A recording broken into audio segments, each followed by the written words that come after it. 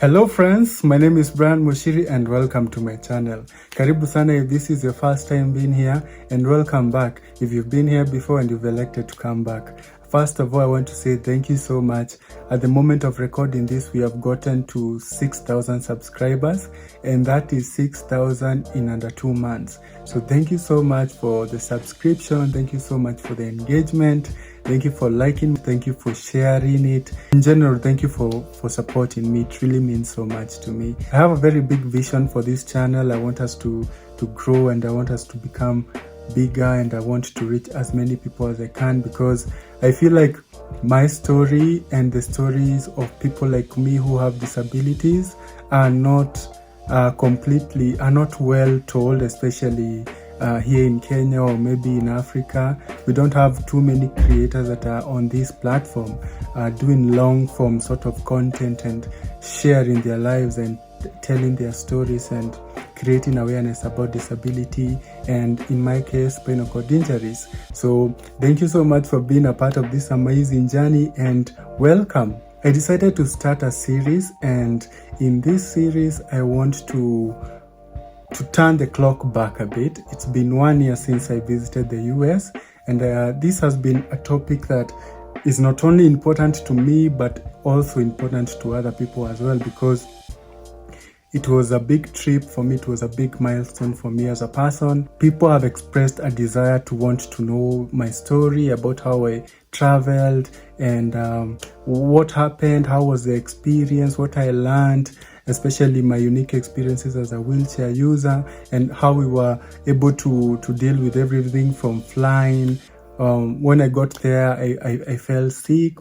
How we dealt with that. I traveled with my dad as my caregiver. I would also want to deal with that a bit, to just show you and give you a glimpse of how my experience was.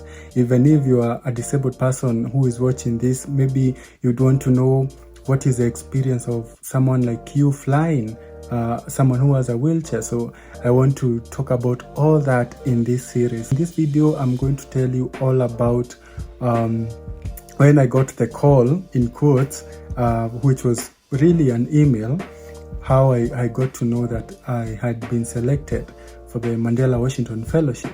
And yeah, that is a good place to start. So before I can tell you how I was selected, I want to take you back to 2018.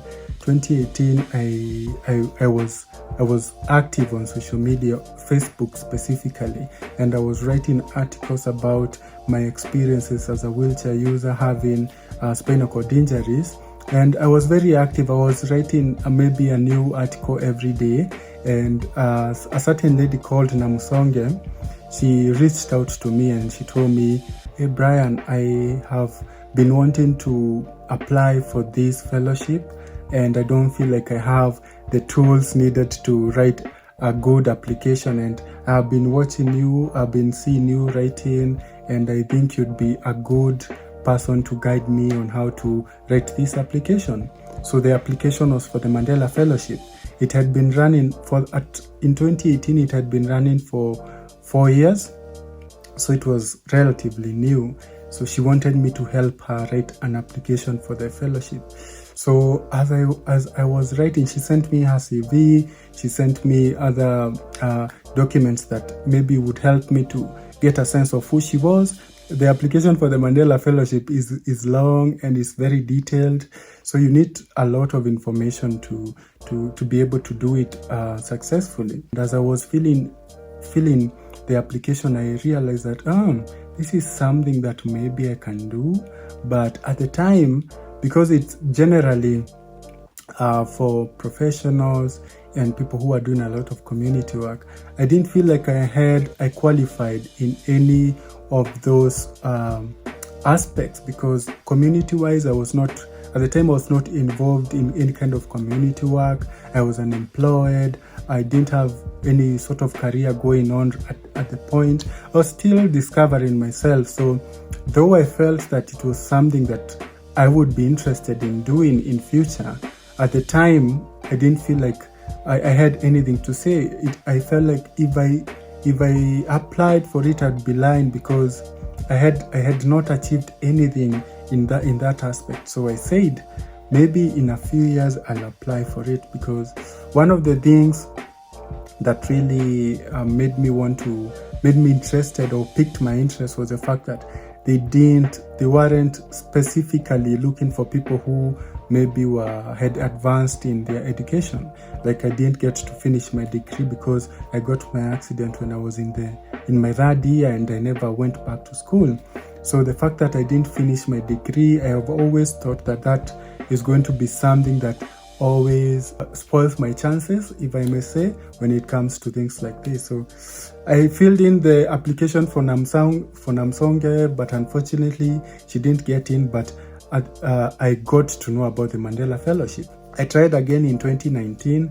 I filled in the application halfway. Again, I felt like, I don't have all the information. I don't have all the experience that is needed, because I wanted to come up with an application that was truthful and that was real and that was authentic. An application where I didn't have to make up things, so that I could get the job. Not the job, but get the selection. In 2020, my friend Jackie applied for the fellowship and she got in. But because of COVID, they had to wait until 2022 so that they could travel. I remember seeing her post this specific video on WhatsApp status, where she was driving towards Jomo Kenyatta International Airport, which is our national airport here in Kenya. And I just remember feeling, if Jackie can do it, then I should definitely not count myself out, because Jackie and I are very similar in the kind of people that we are. But she just gave me so much inspiration, and I always credit her for this.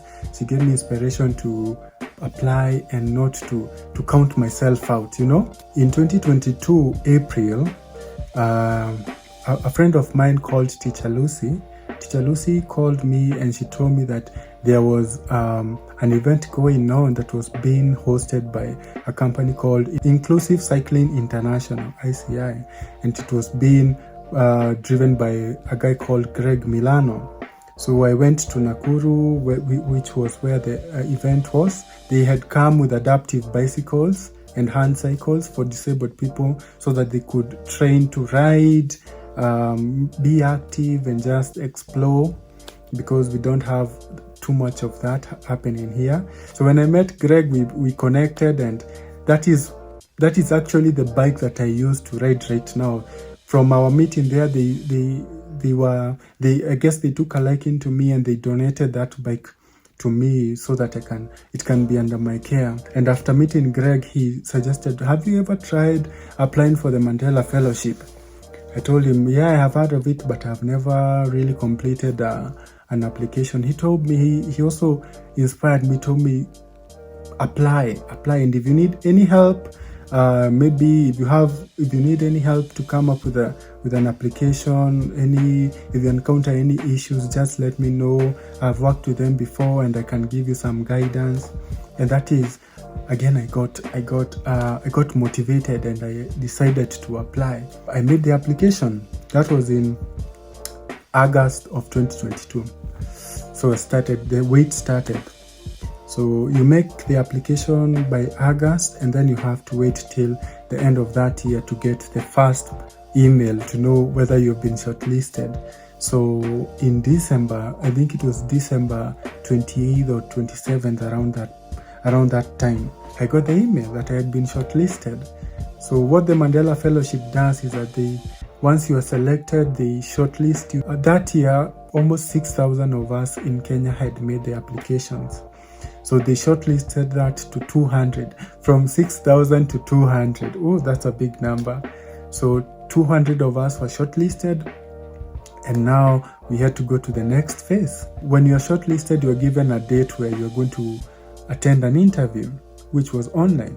The next phase was January, around 14th, 13th January, mid-January. So I had 2 weeks to prepare for this interview. So during the interview, you have 15 minutes to answer a couple of questions. And these questions may vary because I think everybody receives a different question. but they are basically questions of you, just them trying to figure out your proficiency in English and your ideologies as a young African leader. So they ask you, what do you know about the US so far? What would you change if you went there? What do you think you could learn from the US? And all these questions about the American culture and compared to the African culture in terms of not only society but also leadership. They said, what we can say, you did a pretty good interview, but you'll have to wait till mid-March so that you can know the status of whether you've been selected or not. So this is mid-January, so I have to wait for 2 months to know whether I have been selected or not. I had this reassuring feeling that I was really going to get selected.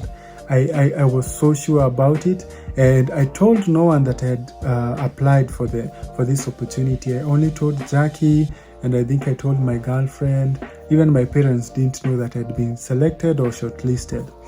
So those 2 months flew by so fast. Mid-March, around maybe March 12th, March 13th, in Kenya, at that time there was a really big scandal. One guy allegedly threw himself from the balcony, fell to the floor and died. So there was this big movement called Justice for Jeff.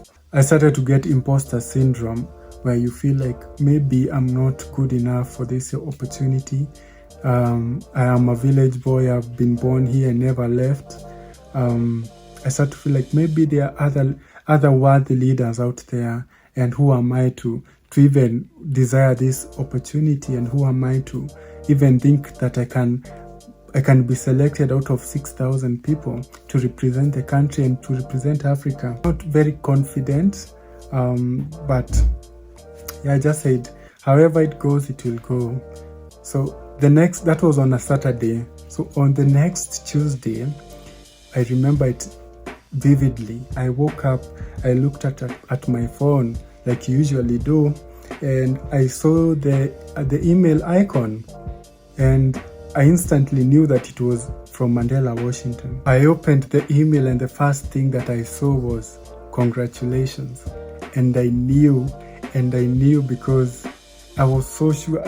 I don't know, I was torn between two minds, because on one hand, I had been so confident that I was going to get the opportunity, but on this hand again, imposter syndrome was starting to creep in, and I didn't know where I stood, and I didn't know whether I deserved this, but I had got it. I remember being so excited that I grabbed the phone because I wanted to take a closer look at the email, and I deleted the email.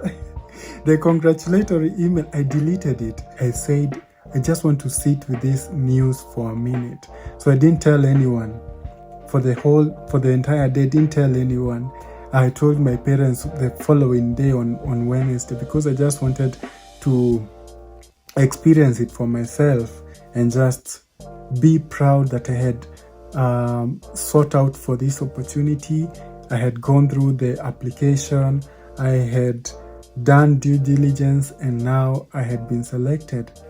Out of 6,000 Kenyans, out of 70,000 applicants around Africa, I had been selected, and that was so validating. It was really good. So on Wednesday, I told my parents, and they were so excited, because I had mentioned in the past that about this fellowship. I had told them that Jackie went, and they knew a bit about 700 of us around Africa had been selected for the fellowship. And then they said, you might be, a small number of you, of the 700 of you might be selected for an additional program called the PDE, which would mean that you would be in the US not only for 6 weeks, which was the duration of the main fellowship, but an extra 1 month, which would help you to get work experience in the US. Whether you work, maybe you get an opportunity to work at a US organization or business or company. And on Thursday, I was selected for My excitement was doublefold because I was going to be spending an extra month in the United States of America. I would spend the first 6 weeks in Michigan State University, and then I would spend like 5 days in Washington DC for the summit, and then I would travel to Minneapolis, where I would spend the next 1 month. This was my first time not only traveling abroad, but being in a plane, leaving the country. It was such a big deal. So the Mandela Fellowship is a program that was created by Barack Obama, who is a former US president. He created it in 2013. But the fellowship itself was kick-started in 2014. So what they do is that they select 700 young African leaders between the ages of 25 to 35, and they travel to the US to get trainings so that they can become better leaders, so that they can become better people all rounded. The 700 leaders are placed in different American colleges and universities.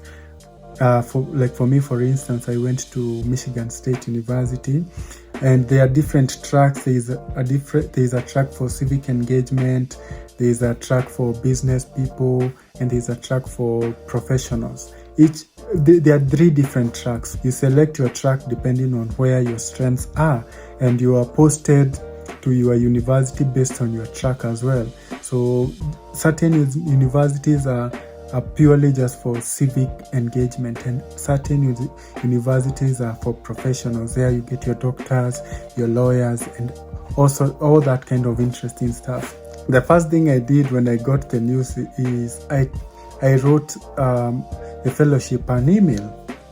I told them, thank you so much, I've received the news, but I would want to tell you that I have a severe disability, and I'm not able to participate in the fellowship without assistance from a caregiver.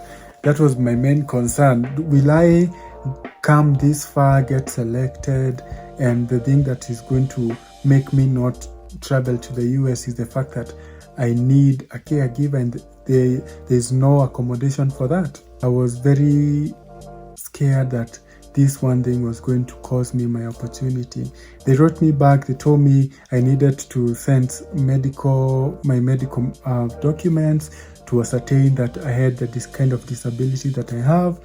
They said that I needed to submit my passport the next week on Thursday. But there was one big problem.